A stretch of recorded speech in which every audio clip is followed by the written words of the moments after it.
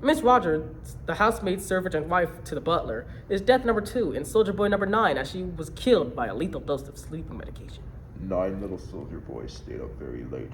1 overslept, and then there were 8. General MacArthur was death number 3 and soldier boy number 8. He was killed by a very traumatic blow in that vengeful noggin. 8 little soldier boys traveling in Devon. 1 said he'd stay there, and then there were 7.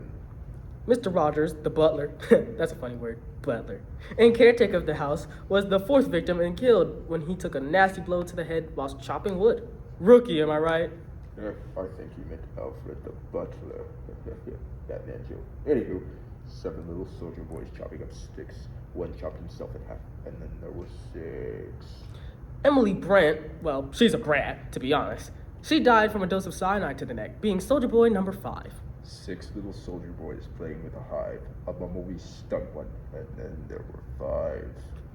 Justice Wargrave was the 5th soldier boy, but things aren't as they seem. He shot himself, but he set it up as if someone else had done it. If this were a court case, someone would be in some legal trouble for being blamed, almost like chancery. 5 little soldier boys going through a door. 1 stubbed his toe, and then there were 4. Or, as the original poem says, I think from other sources, 5 little soldier boys going in for law. 1 got into chancery, and then there were 4. Dr. Armstrong is a rather stupid surgeon. He was thrown off a cliff. Whee! He's the 4th little soldier boy.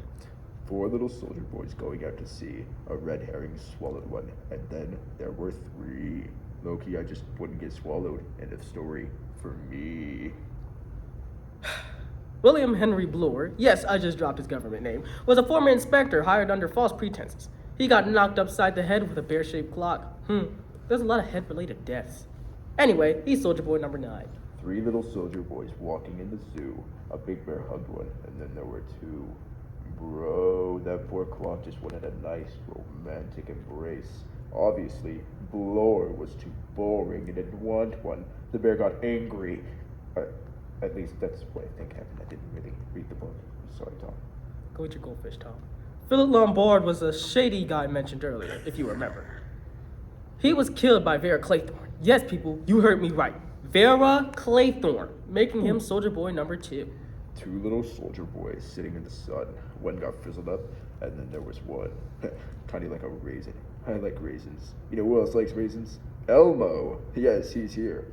Elmo loves raisins! Yay! Finally, Vera Claythorne.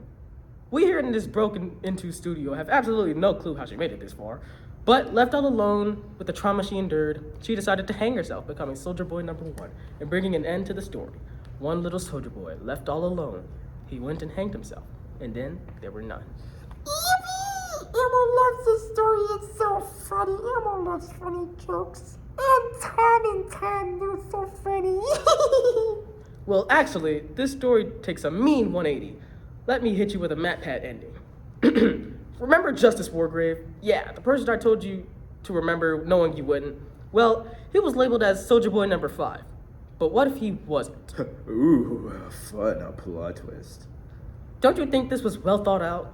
It is ironic that there were exactly 10 people on the island and 10 people in the poem who got killed. Who sent the letters, and how did this person know each one of those persons would die in the island? Oh, Tom, are you going to answer that, or are you going to... Well, what if I just said that there was a person who plotted it all? That's right, Justice Wargrave was the killer in the entire story.